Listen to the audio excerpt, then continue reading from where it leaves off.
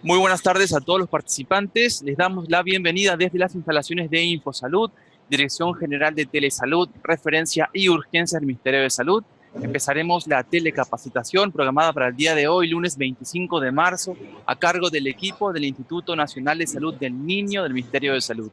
Quisiéramos recordarles que cualquier pregunta, duda o consulta pueden hacerlas llegar a través del chat en cualquier momento de la exposición para ser respondidas al final. Equipo del Instituto Nacional de Salud del Niño, adelante, estamos con ustedes. Muchísimas gracias, doctor Roberto Ortega. Y nuevamente una sesión más de telecapacitación conectados desde la sala de telesalud del Instituto Nacional de Salud del Niño a todas las salas de cada una de las instituciones de nuestro país. Bien, en esta oportunidad hemos invitado al doctor Carlos del Águila Villar, un médico de mucha trayectoria en nuestra institución, un médico muy reconocido porque él ha desempeñado funciones en lo que corresponde a gestión institucional, gestión pública, y actualmente lo tenemos como jefe del servicio de endocrinología. Entonces, él va a compartir su gran experiencia, su gran conocimiento en esta área con cada uno de ustedes. Doctor Carlos del Águila, el público lo está esperando. Muchas gracias por la invitación.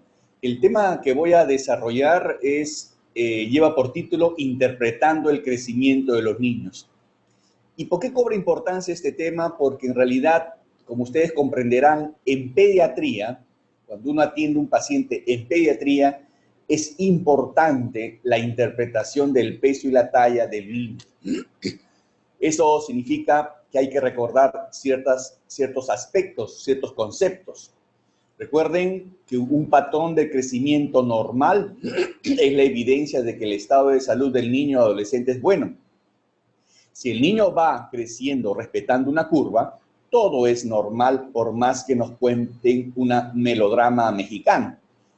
Ahora, ¿responde a un potencial genético? Sí, pero este potencial genético se va a expresar libremente si es que las condiciones medioambientales son favorables. O sea, tenemos que tener todas las condiciones adecuadas para que todo el potencial genético de ese niño aflore y ese niño llegue a una talla adecuada, especialmente sin enfermedades crónicas no transmisibles. Por eso hoy en día se llama esto crecimiento saludable. O sea, no se trata de crecer por crecer, sino crecer sano. El otro punto es, el crecimiento es un proceso continuo, pero no lineal. ¿Esto qué quiere decir? Que el crecimiento del niño es en base a saltos y paradas, no es necesariamente continuo. Por supuesto que las paradas son cortas en los primeros años de vida, ¿no? Y son más prolongadas justamente cuando el niño se va acercando a la pubertad. Por eso son dos periodos que preocupan al padre o a la madre y que hacen que consulte al pediatra porque el niño no está creciendo. Y esto requiere una adecuada interpretación. El otro aspecto es que la progresión del crecimiento es cefalocaudal y próximo distal, ¿no? Porque el niño primero sostiene la cabeza, luego se sienta, luego camina, y los movimientos van de lo proximal a lo distal con movimientos más finos. Y finalmente, la velocidad de crecimiento y desarrollo es diferente en las diferentes etapas de la vida. Esto es crucial para interpretar la normalidad del crecimiento en el niño. ¿En qué momento influyen los genes? Los genes comienzan a influir progresivamente y se evidencian a partir del segundo año de vida, donde existe una especie de canalización genética de la talla. Esta curva nos grafica exactamente ese grado de influencia de los genes sobre el factor ambiental, que al inicio era más importante y va disminuyendo porque aumenta la importancia de los genes. Esto es muy importante señalar porque muchos niños desaceleran en el segundo año de vida y una causa de esa desaceleración es la causa genética. Ahora, cuando uno ve el peso y la talla del niño, uno va evaluando y va preguntando si verdaderamente ese niño es bajo o no. Y si ese niño es bajo, la otra pregunta es si va a una velocidad de crecimiento normal. Porque como comprenderán, no todos los niños van en el 50 percentil, en el promedio. Por eso es que uno tiene que valorar la velocidad de crecimiento, la gráfica de crecimiento y, si fuera un poquito más meticuloso, las desviaciones estándar por detalle edad. Todo eso nos hace evaluar de mejor manera si ese niño verdaderamente está creciendo o no. Un aspecto importante en la evaluación del niño que no crece también es si tiene alguna dismorfia o si tiene alguna desproporción corporal. Y después viene la pregunta, ¿qué hacer? Si el niño es bajo, este concepto de bajo es estadístico. Entonces, la pregunta es, ¿qué es lo normal? Lo normal es estadístico, es decir, el punto de corte es más menos 2 desviaciones estándar. A partir de la mediana, más 2, menos 2 desviaciones estándar. Entonces, un niño cuya talla y edad está por debajo de 2 desviaciones estándar es un niño teóricamente o conceptualmente bajo, pero no necesariamente patológico. Un niño puede estar un poco por debajo de menos 2 desviaciones estándar y puede ser un niño normal, si es que va a una velocidad de crecimiento adecuada. La otra pregunta es, ¿qué es lo frecuentemente observado? Tomando ya la evaluación integral que hace el pediatra sobre su paciente y sobre todo pensando qué es lo saludable, si es necesario intervenir o no, porque no necesariamente es una intervención, no se trata de ganar unos centímetros, sino lo que se trata es de asegurar que ese niño llegue a una talla con un adecuado estado de salud.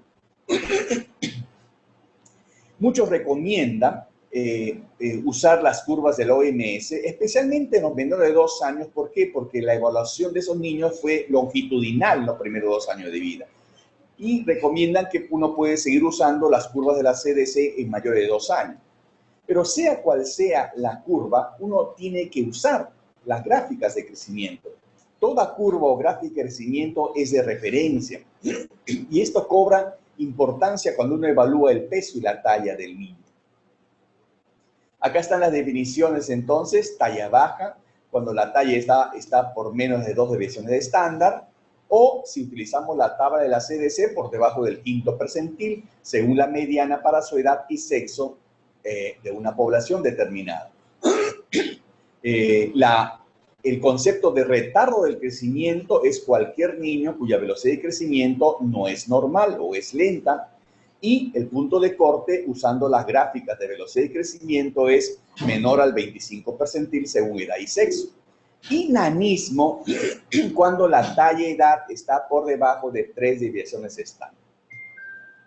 Estos conceptos cobran importancia, pero aunado a una buena interpretación. Quizás el más importante es detectar en qué momento el niño comienza a desacelerar para tener un diagnóstico temprano y, sobre todo, una intervención oportuna. Ahora, si el niño es bajo esas condiciones, la velocidad de crecimiento se encuentra disminuida, es importante determinar la velocidad de crecimiento. Hay valores absolutos que se pueden tener en mente. Por ejemplo, en el primer año de vida, un niño debe crecer entre 20 a 25 centímetros, en el segundo año de vida, entre 10 a 12 centímetros, en el tercer y cuarto año de vida, entre 6 a 8 centímetros, y del 5º año hasta el inicio de la pubertad, entre 5 a 6 centímetros. Durante el estirón puberal ya puede incrementar esta velocidad nuevamente y puede llegar inclusive en varones hasta 12 centímetros en un año. Entonces, estos puntos de corte nos ayudan a seleccionar el niño que está en riesgo y, por lo tanto, un niño que tiene que ser evaluado para buscar la causa por qué está desacelerando antes que esté por debajo de lo normal. Estas son las gráficas de velocidad y crecimiento, si es que disponen en el consultorio. El punto de corte es 25 percentil. Si está la velocidad de crecimiento en el rango percentilar menor de 25, es retardo de crecimiento, usando la gráfica, o si no, usando los valores absolutos. Miren cómo este niño tiene esta talla. Ahí no me dice nada porque está dentro de un punto, digamos, transversal dentro del rango normal, no necesariamente en el promedio. Pero si veo la curva, eso sí ya me dice mucho que ese niño en realidad no estaba creciendo.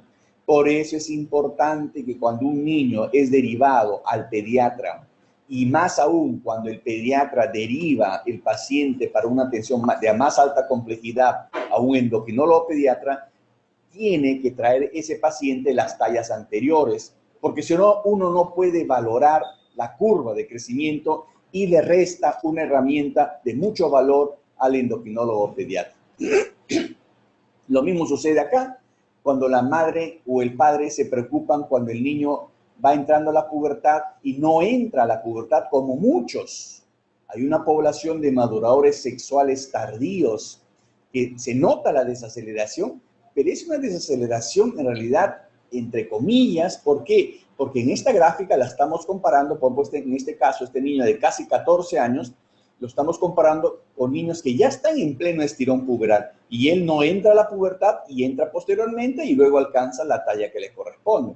O sea, esta desaceleración puede ser fisiológica. Inclusive en esta desaceleración previa al estirón, si uno hace prueba de estimulación de hormona de crecimiento, puede salir fallida y tener el falso diagnóstico de deficiencia de hormona de crecimiento.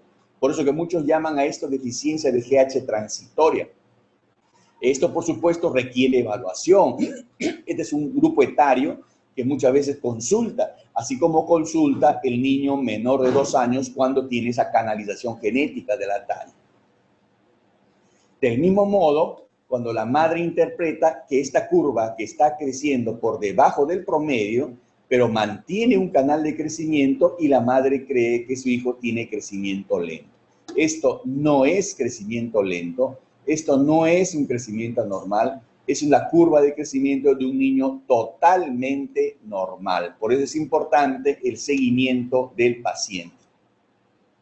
Y miren las múltiples variedades de curvas de crecimiento que nos hacen diferenciar si esa curva es patológica, si esa curva corresponde a un niño madurador sexual tardío, o sea, retardo de crecimiento constitucional, que desaceleran en el segundo año de vida, se mantienen por debajo y entran a la pubertad tardíamente, alcanzando una talla normal, o si son la otra variante normal, que es la talla familiar corta, o la talla baja familiar, talla corta familiar, que el niño pues crece según los canales de los padres. Todo esto es más fácil valorar si uno tiene la curva de crecimiento. Un pediatra, un médico debe, cuando está frente a un niño con talla baja, también tiene que evaluar si hay dismorfia, ¿no? O esa talla baja está desproporcionada, o si tiene retardo del desarrollo. Esto ya suma un problema más y esto debe alertar más al pediatra o al médico sobre qué hacer con ese niño que aparentemente no está creciendo. Entonces la interpretación es diferente, porque las causas son varias. Miren, ¿cuántas causas pueden mermar la talla de un niño? Por supuesto, pensando en lo que se llama hoy en día la talla baja idiopática, que incluye el retardo del crecimiento constitucional y la talla baja familiar. Además de las enfermedades sistémicas, enfermedades óseas, los múltiples síndromes genéticos, especialmente el síndrome de Turner en la niña, y las enfermedades endocrinas, que no son la principal causa de talla baja, pero sin embargo, por la perspectiva terapéutica, uno tiene que pensar en esa naturaleza, en esa causa. Y el retardo del crecimiento intrauterino también, que constituye una parte importante acá. Los criterios de alteración, por supuesto, son los antropométricos, que ustedes pueden valorar en la talla-edad, si está por debajo o no, si la velocidad de crecimiento está normal, las proporciones corporales, la edad estatural, la edad cronológica, la edad ósea, que resulta importante en la valoración para una adecuada interpretación de la talla. La edad ósea en realidad representa el canal de crecimiento verdadero, ¿no? Porque un niño puede estar en talla en el 25 percentil en la edad, según la edad, pero según su edad ósea, de repente está en el 50 percentil en talla. Entonces, la variación es diferente y su canal resulta, de alguna manera, guiado por esa edad ósea que representa la edad biológica del niño. Otro aspecto es la talla baja con dismorfia o retardo del desarrollo.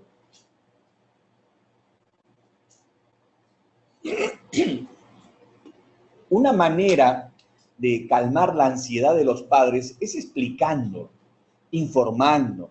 Por eso es importante esta cálculo de expectativa de talla, que no es concluyente, pero de alguna manera nos sirve para informar al paciente. En el caso del sexo femenino, en el caso del sexo masculino. Por supuesto, hay una gran variedad en el punto final. Perdón. Como ustedes ven, más o menos 6.5 centímetros, ¿no? Es la diferencia, pero hay mucha más variabilidad, y eso hay que informar al padre o la madre que no necesariamente la talla de los padres es determinante, influye, pero no es determinante. Las proporciones corporales, uno debe recordar la proporción, cómo va variando las proporciones corporales conforme van aumentando de edad, ¿no? Desde que el recién nacido tiene 1.7 hasta ya que un niño que tiene más de 7 años, 1 centímetro. Y la brazada, ¿no? Que también indica de alguna manera si ese niño tiene un crecimiento proporcionado o desproporcionado. Hay muchas clasificaciones basadas en la antropometría que ayudan a evaluar el estado nutricional. Acá es importante no ponerle etiqueta de desnutrición de frente, sino ver la causa de esa talla baja, la causa de ese bajo peso para una adecuada interpretación. Recuerden que a veces cuando uno interpreta el Waterloo, uno dice todo niño con peso para la talla es normal y talla edad bajo es desnutrido crónico. Pero recuerden que en esa antropometría también caen las niñas con Turner, los niños con retardo de crecimiento constitucional, el niño con talla corta familiar. Es decir, caen una serie de etiologías que son normales y que son calificadas muchas veces por desnutridos crónicos. Por eso que la antropometría en clínica requiere justamente eso, la evaluación clínica, para constatar la causa efectiva de ese bajo peso o de esa talla baja que ustedes evidencian en la antropometría. Muchas veces sucede esto. Cuando un niño es bajo, no tiene nada. Es decir, el pediatra es el que tiene que definir si un niño tiene o no tiene algo para la derivación correspondiente. Y si es visto por un médico general, el médico general también tiene las herramientas en el primer nivel de atención para ir graficando la curva de crecimiento. Aquí resulta importante que desde el primer nivel de atención se grafique la curva de crecimiento, la curva de peso, porque eso nos va a ayudar a detectar tempranamente qué es lo que pasa con ese niño si es que desacelera o de repente sube excesivamente de peso, porque los escenarios son diferentes. Un niño que sube de peso y no crece, eso no es por causa nutricional. Eso puede ser por uso de corticoides indiscriminado, puede ser hasta por un hipotiroidismo. Entonces, la gráfica de crecimiento es responsabilidad de todos, desde el primer nivel de atención, para que ese niño tenga como especie de vacuna de crecimiento con ese punto de talla y peso, para que si es necesario, llegue ya a un nivel de alta complejidad donde sea evaluado y omitir a veces exámenes que no son necesarios en este caso, ¿no?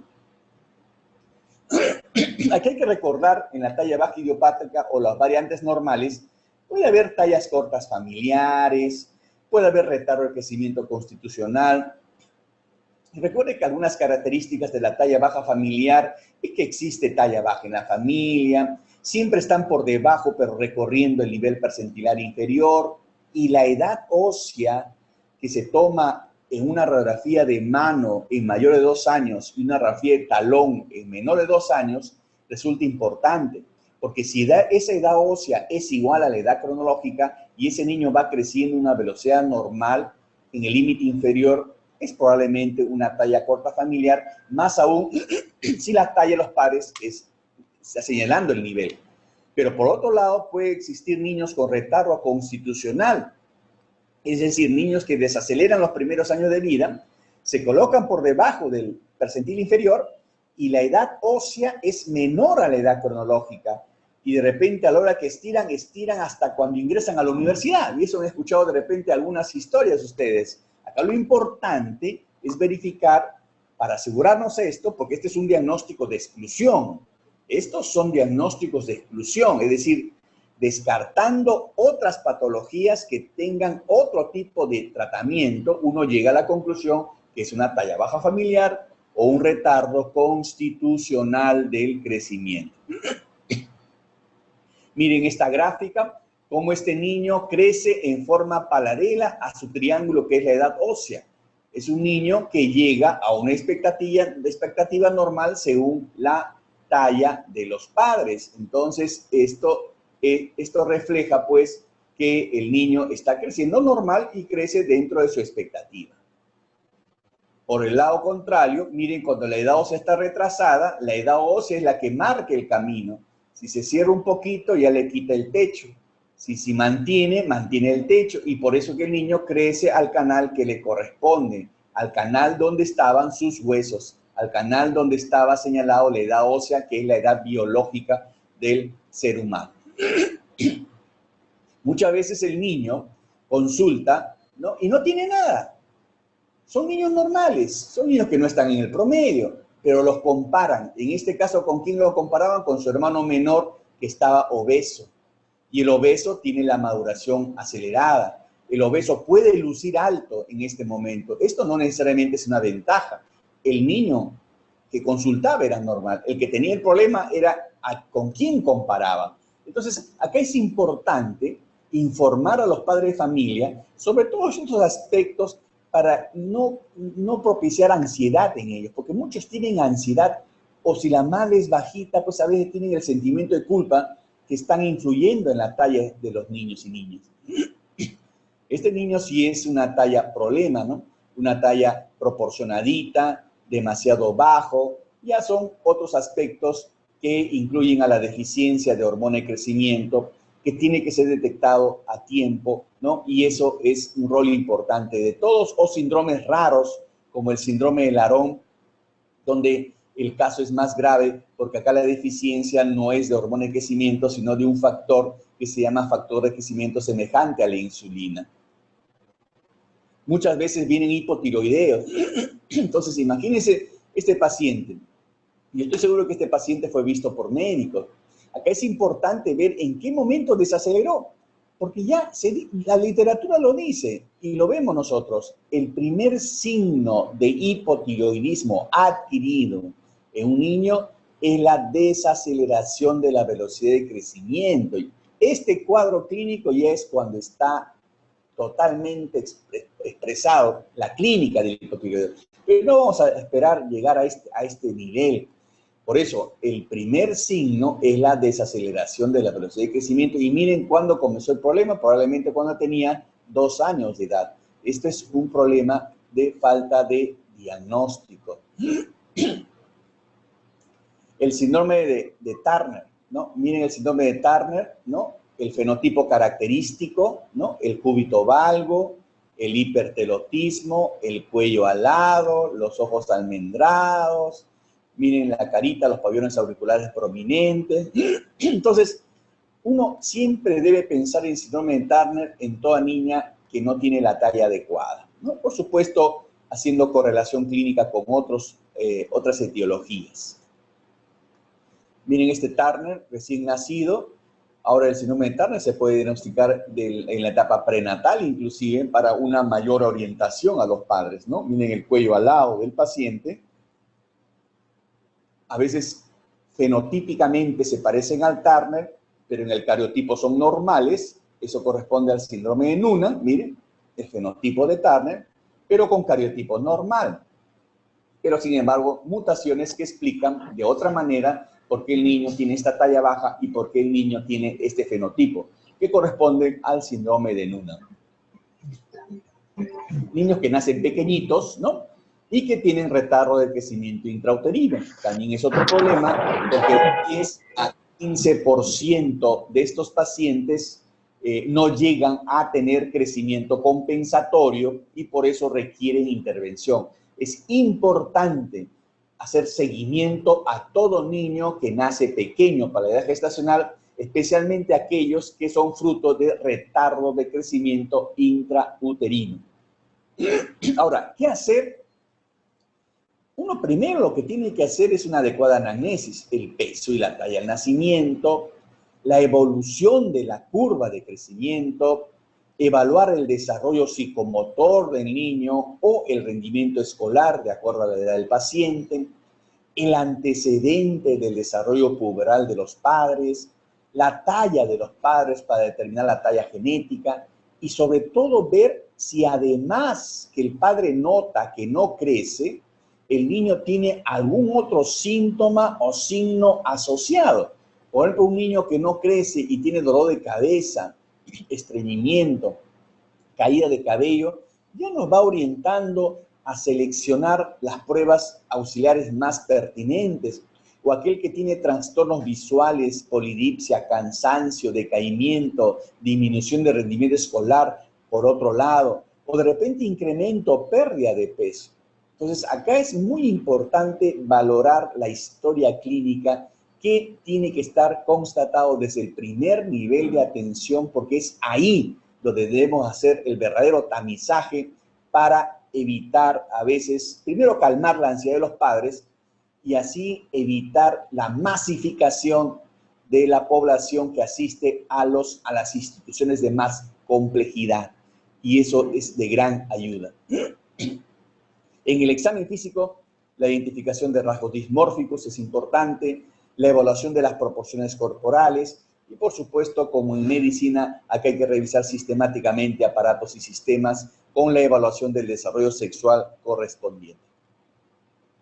Este es un fluxograma bastante sencillo que nos dice qué hacer frente a un niño con talla baja o retardo de crecimiento, si hay signos o síntomas de enfermedad gastrointestinal o endocrina, ¿no? Entonces, si hay eso, hay que ir apuntando hacia el diagnóstico, señalándolos, especificando los exámenes auxiliares, ¿no? Que puede ser problemas hormonales o no.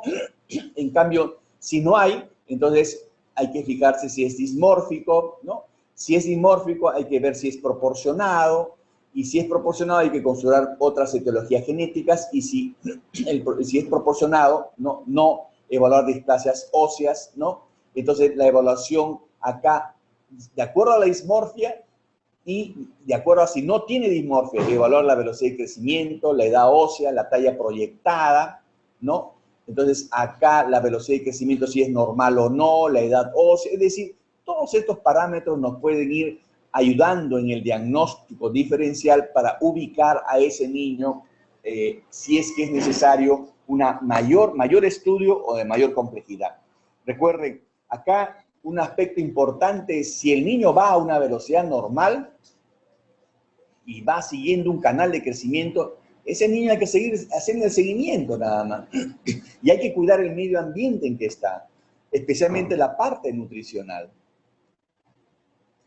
Claro que la talla baja incluye otros problemas, ¿no es cierto? La autoestima del niño, ¿no? Acá hay que tener mucho cuidado. Hay madres que vienen a la consulta y dicen, lo traigo a mi hijo porque es chato, ¿no? Ya le ponen el apelativo, ¿no? Hay que tener mucho cuidado cuando uno habla frente a un niño, especialmente hoy en día donde el niño es más despierto que antes, se las sabe todas, ¿no? Y la autoestima puede ser mermada ante una conducta inapropiada del adulto, que es el que propicia esa baja autoestima muchas veces. Estos son exámenes auxiliares, primero los básicos, descartando patologías crónicas, por supuesto un hemograma, hemoglobina, ferritina, porque eso en nuestro medio cobra mucha importancia, un examen de orina, u otras patologías según lo que uno va evaluando, y además la función tiroidea en todo niño que no crece, para interpretar adecuadamente esa curva de crecimiento. Y como les decía, la edad ósea es un instrumento valioso para interpretar si ese niño verdaderamente está respetando su canal de crecimiento. Y después vienen los valores de las hormonas como el factor de crecimiento semejante a la insulina tipo 1 o la proteína tipo 3, el factor de crecimiento semejante a la insulina tipo 1. Otros estudios adicionales son el cariotipo, especialmente en esas niñas que están con talla baja, y las pruebas funcionales que se hacen ya selectivamente cuando uno sospecha el diagnóstico de deficiencia de hormona de crecimiento. Esta es la edad ósea, por ejemplo, en una niña, ¿no? Miren los núcleos de osificación, ¿no? Es una niña que bordea entre los 5 y 6 años, ¿no? Y por otro lado, es otra edad ósea que además de valorar el cartílago de crecimiento, uno puede visualizar el acortamiento de cuarto metacarpiano que se observa en las niñas con síndrome de Turner. ¿Qué hacer? Hay muchas cosas que hacer, pero acá lo importante es saber primero definir de qué se trata, porque muchas veces es la consejería familiar que uno debe iniciar en el primer nivel de atención, la mejor herramienta para ir evaluando si ese niño necesita alguna intervención. Recuerden que muchas de estas intervenciones no son tan fisiológicas como bloquear la pubertad y dar hormona de crecimiento, ¿no? Siempre uno tiene que ser pertinente en ver si es necesario, y hay algunas otras como la clonidina que no se da, está obsoleto, eso se daba en los años 80, 90, en base a un grupo italiano, pero que esto fue descartado. Hay otras medidas, pero como le digo, estas no son las más importantes, sino primero evaluar de qué se trata. Estas son las indicaciones de hormona de crecimiento. Miren, lo más importante es la deficiencia de hormona de crecimiento, pero también hay condiciones no deficientes de hormona de crecimiento que incluyen la talla baja idiopática. Acá hay que tener mucho cuidado porque esto no quiere decir que a todo niño con talla baja idiopática le vamos a dar hormona de crecimiento. También hay que seleccionar a quién, porque no se puede dar indiscriminadamente un tratamiento, en primer lugar, de tan alto costo, y en segundo lugar, de que se pueden producir efectos secundarios muy graves. Por eso que el tratamiento es individual, tomando en cuenta todo lo que hemos comentado, para asegurar que el niño vaya creciendo. Y pienso que la medida más pertinente es ir chequeando el peso y la talla en cada consulta pediátrica e ir armando la curva de crecimiento del niño. Este es nuestro servicio de endocrinología que cumple 55 años al servicio de los niños y adolescentes del Perú, y la consulta virtual también la tenemos a este correo institucional donde todos los días contesta el médico interconsultor entre 8 de la mañana y 2 de la tarde. Para cualquier eventualidad, para cualquier coordinación o preguntas, también estamos en este correo. Y finalmente, invitarlos a todos ustedes a nuestro tercer curso internacional de endocrinología pediátrica, que se lleva a cabo el 11, 12, 13 de abril, y vienen 4 profesores del extranjero, una de Chile, uno de argentino, 2 españoles, y una peruana norteamericana que radica allá en Estados Unidos. Entonces los esperamos, y paralelamente hay un taller de lipodistrofia, disculpen la propaganda, pero este es importante, hay un taller de lipodistrofias, invitamos a los genetistas a nivel nacional para que asistan. El sábado 12 es nuestro taller de lipodistrofia, que es paralelo a este curso que desarrollamos ya por tercera vez en el Instituto Nacional de Salud del Niño, ex Hospital del Niño. Muchas gracias. Gracias. Muchísimas gracias, doctor Carlos del Águila, jefe del Departamento de Endocrinología y de Metabolismo del Instituto Nacional de Salud del Niño en el Ministerio de Salud. Quisiéramos recordarles a todos los participantes, si tienen preguntas, hacerlas a través del chat para ser respondidas por el doctor Carlos del Águila. Doctor Carlos del Águila, ¿cómo está? Algunas preguntas tenían también con respecto a la graficación de la curva de crecimiento. ¿Cuántas veces al año se debería pesar al niño para tener una correcta gráfica de crecimiento? Ya, esa es una buena pregunta, y eso me obliga a hacerles recordar a todos la guía de crecimiento y desarrollo, que es importante. Ahí está bien estipulado que, por ejemplo, en el primer año de vida debemos pesarlo mensualmente, tallarlo mensualmente al niño, ¿no? Y ir estructurando especialmente, según esa guía, ¿no?, la curva que nos va a servir para evaluar al niño. No es necesario ser pediatra para pesar al niño, tallar.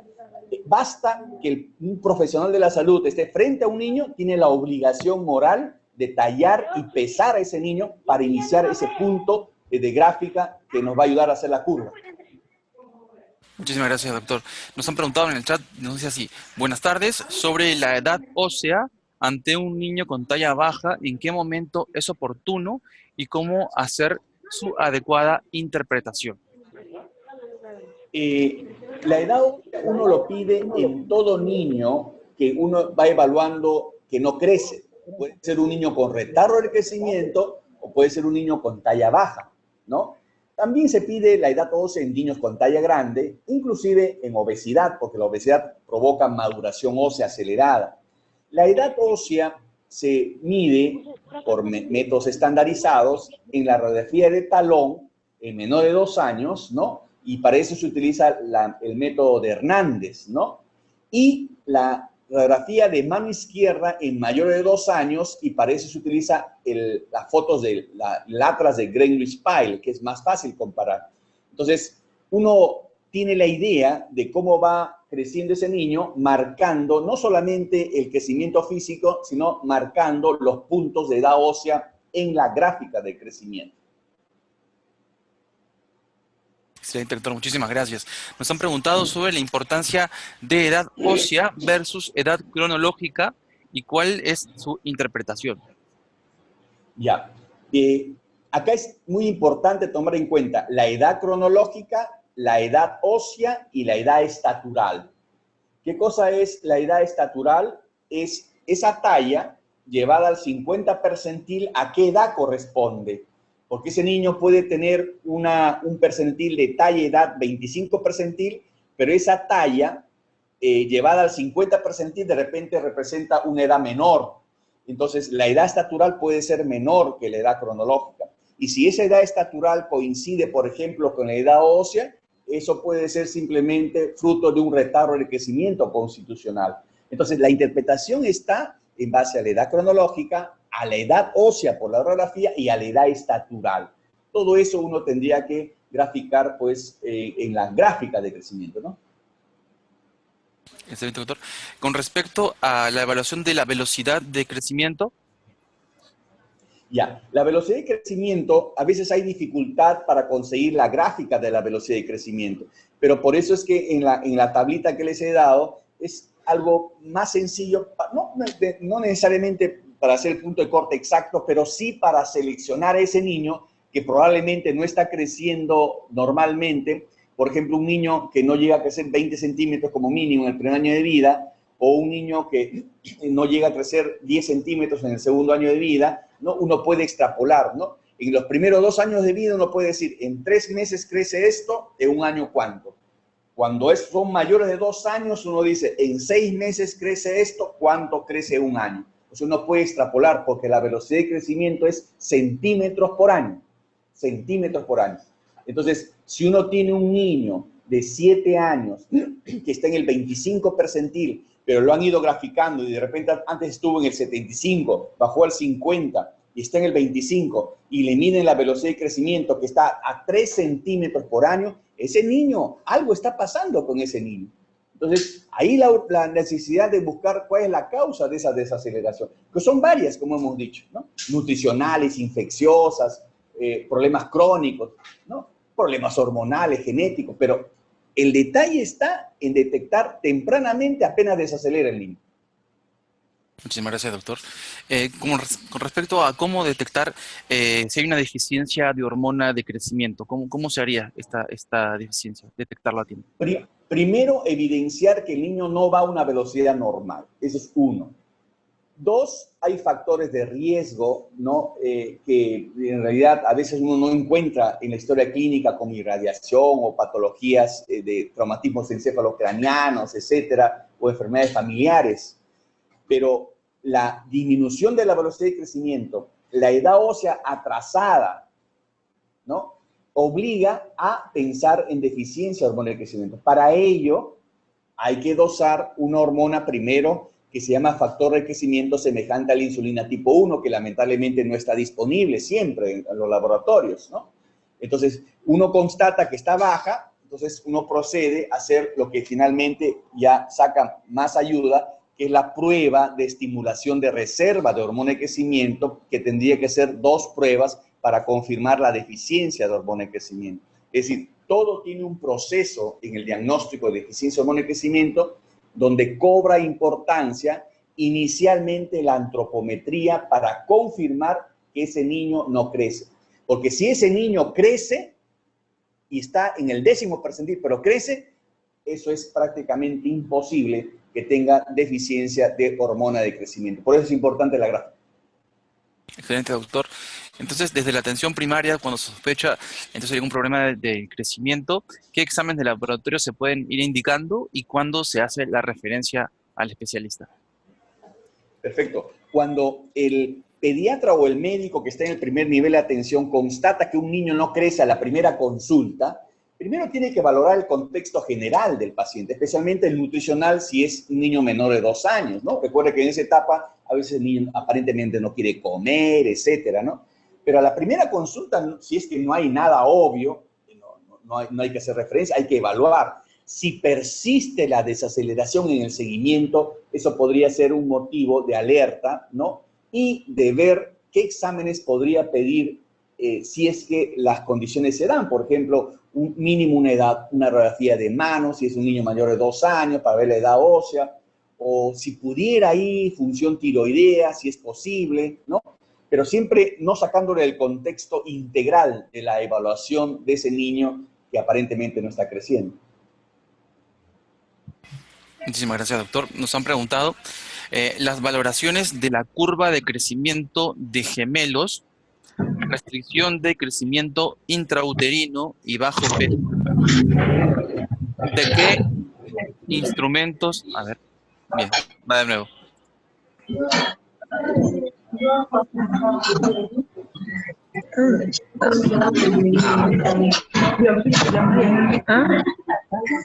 ¿Quién está? ¿Quién es, Melissa?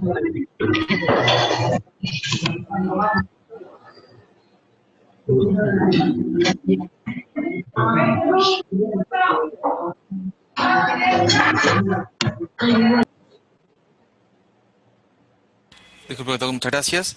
Tenemos una pregunta en el canal de YouTube que nos dice las valoraciones de la curva de crecimiento de gemelos, restricción de crecimiento intrauterino y bajo peso, ¿de qué instrumento nos guiamos? Y en el caso de ser detectado de que hay retraso de crecimiento en pacientes con antecedentes de pequeños para edad gestacional y restricción de crecimiento intrauterino, ¿cómo sería el seguimiento o cómo sería el tratamiento de ellos? Ya, en el caso de retardo de crecimiento intrauterino demostrado, ¿no? Uno tiene que darle el chance a ese niño de que recupere lo que se llama el crecimiento compensatorio, el catch-up growth, ¿no? ¿Y hasta cuánto se espera? Se espera especialmente hasta los 4 años bajo los cuidados habituales pediátricos para que el niño recupere todo lo que pueda hacer.